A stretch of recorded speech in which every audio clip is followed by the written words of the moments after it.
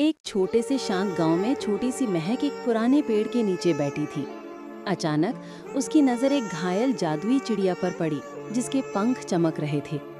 महक ने दिल से उसकी देखभाल की। ठीक होने पर चिड़िया ने महक को एक जादुई पत्थर दिया जो सुनहरी रोशनी से चमक रहा था। महक ने उस पत्थर की रोशनी से गांव के सूखे खेतों को फिर से हरा भरा कर दिया। सभी गांव वाले खुश हो गए। लेकिन एक दिन पत्थर की रोशनी कम होने लगी और महक दुखी होकर रो पड़ी। तब वही चिड़िया फिर से आई और उसने महक को समझाया कि असली जादू पत्थर में नहीं बल्कि दिल के प्यार में है। ये बात पूरे गांव में फैल गई और महक की कहानी हर जगह मशहूर हो गई।